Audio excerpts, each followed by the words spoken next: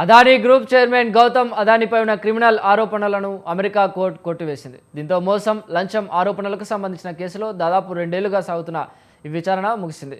కానీ మోసం, లంచం కేసును ఉపసంహరించుకోవాలనే న్యాయశాఖ నిర్ణయంపై న్యాయస్థానం ఆందోళన వ్యక్తం చేసింది. ఇతర నిందితులపై అభియోగాలను కొట్టివేయాలా వద్దా అని నిర్ణయించుకోవడానికి అవసరమయ్యే మరిన్ని వివరాలను సమర్పించాలని న్యాయశాఖను ఆదేశించింది. ఇక అమెరికా డిస్ట్రిక్ట్ కోర్టు తీసుకున్న నిర్ణయాన్ని గౌతమ్ అదానీ స్వాగతించారు. న్యాయ వ్యవస్థపై తాను పెట్టుకున్న నమ్మకమే గెలిచిందని ఆయన అన్నారు.